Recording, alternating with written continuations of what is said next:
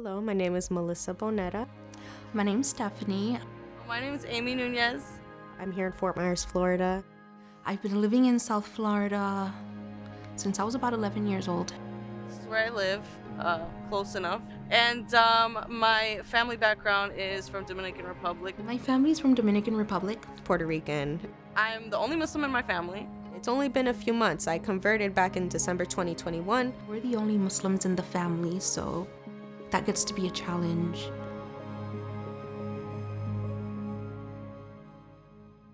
Today, we're basically going to the masjid so we could check it out. We are in the month of Ramadan, and in this month, the Quran was sent down, so we always end up celebrating it. We go to the masjid more frequently. We try to pray more. We try to do things better in our personal lives so that in the afterlife, we get more of a reward.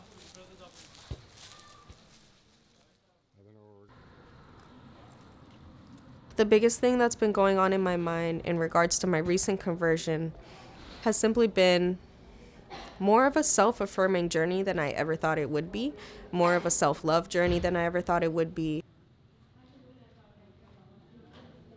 I grew up Catholic. In high school, I would say I went more into a Christian route because of my mother. Then in college, I was able to free myself a little bit, and I was able to just believe in a God but not have a religion. And I was able to ask myself more important questions and see where I really belong and see where I feel the best. After a full year of dedicating myself to trying to learn more about Islam, I decided that it was the path for me. And my friends were really happy for me. When I did my shahada, I was able to call my friends. They were so happy for me. And for those of you who don't know, a shahada is basically declaring that you believe in the one God and that his prophet Muhammad is the last prophet. And that's a big step for a Muslim, especially as a revert, especially as someone who didn't grow up in the Arabic community at all, and someone who didn't grow up in it at all. It's a big deal. I got my certificate as well, so I was very excited for that moment. So I FaceTimed my friends. They were so happy for me. I told them, I was like, oh yeah, I told the imam that I was just waiting for my friends so we could all do it together. And they were like, no, don't ever do that. Don't ever wait for your friends.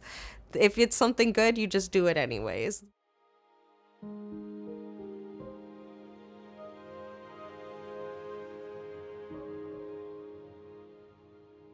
I grew up Catholic, and I always had many issues with a lot of the teachings of Catholicism. I was in Catholic school from second grade, and then I went to a Baptist high school. And fast forward to college, I met this guy, and he's Muslim, and he made salah in front of me.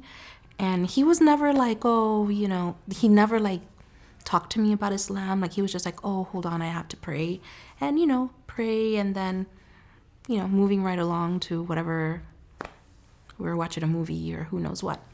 And I remember one day I Googled, like, why do Muslims pray like that? And that was just like a whole rabbit hole, and I was just like, oh my goodness, like, this is what I've believed, and I just didn't know that's what it was called, but, now I know.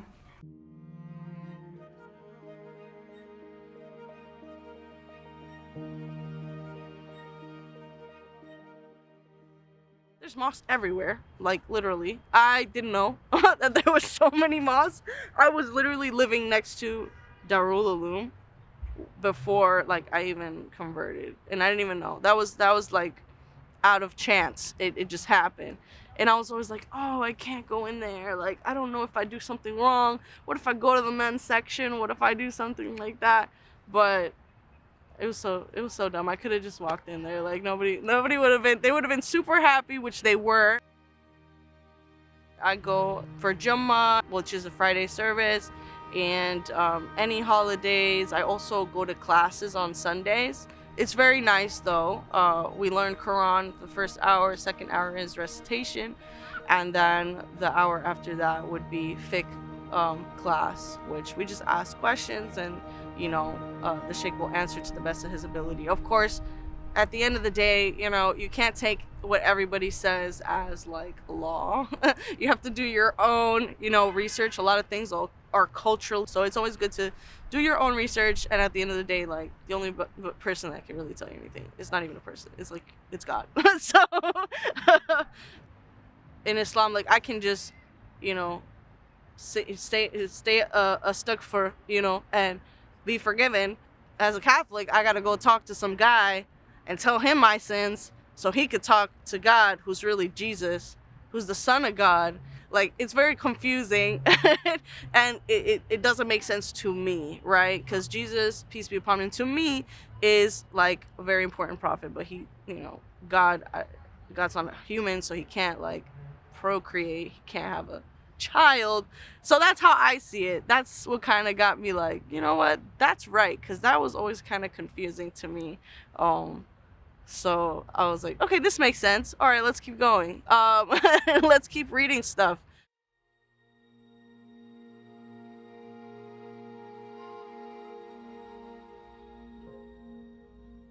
I've detached myself from a lot of things of this earth, which includes a lot of negative emotions that people might feel about me. I've learned to detach myself from that, even though I might find myself in moments alone thinking about a lot of what people might say. When I'm faced with those moments, I really remain steadfast. For example, I'm bisexual.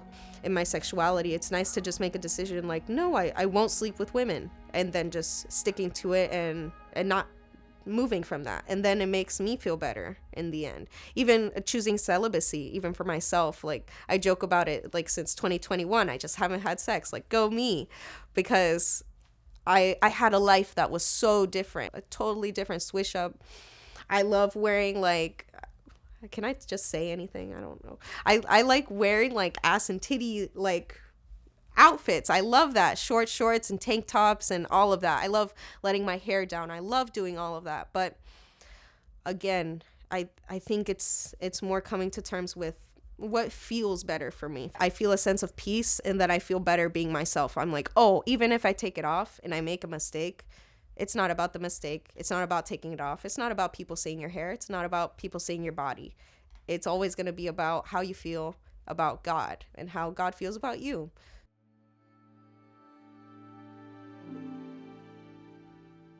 I didn't outright tell my family.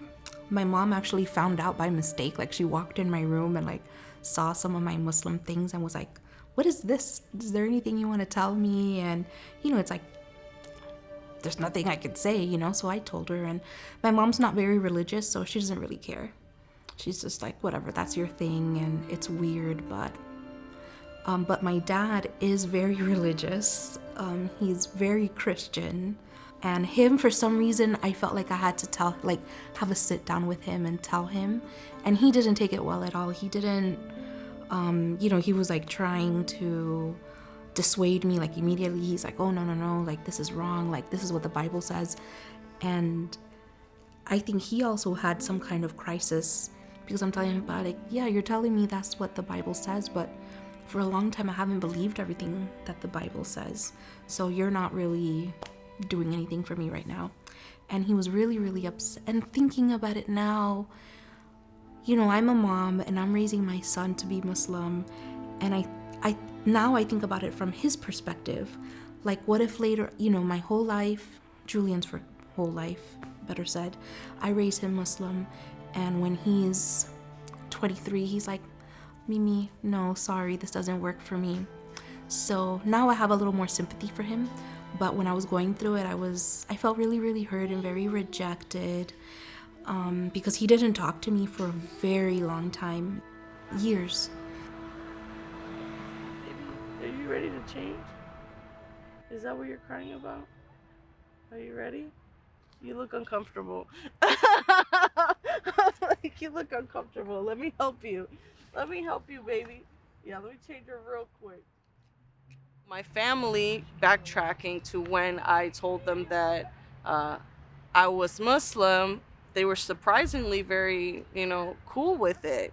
especially my mom, which usually is kind of a mixed bag. You never know how she's going to react to anything.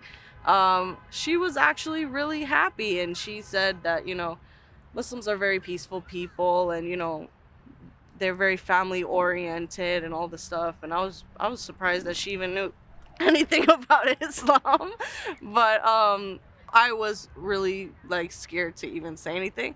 That's why I was doing my own thing. I was even fasting for like a good 3 years before I even said anything to anybody. I kind of kept it a very personal thing, because it is, in reality, it's a really personal thing between you and your creator. But yeah, it's actually hasn't been such a bad experience as far as my family is concerned. However, I am a very like, I don't like being in the spotlight, which is also another reason why sometimes I struggle with hijab, because in essence it's supposed to protect you, but it kind of puts a bullseye on your back in this country specifically. I haven't had any like bad experiences, but you see sometimes people looking at you funny, and you're kind of afraid that someone's gonna try to do something. I have a background in martial arts, so I can protect myself and I can protect my baby, but it would kind of look kind of crazy if someone recorded like, a hijabi going off on somebody, or like, trying to choke someone out. So I try to just, avoid certain situations and things like that. One of my primary love languages is words of affirmation, simply because it's something that I would have needed from my father. He shrugs his shoulders at me, or as much as he doesn't even say I love you, I will always try my very best to be there for him. Having to conquer how my parents feel and how I communicate my life to them, this journey into the religion has shown me that I can push through life trying my best to continue to try to get that acceptance, but I can live with peace in my heart, knowing that at least I have the faith in a God that loves me no matter what. He put me in this situation for a reason, so it just means I have to love other people in a different way.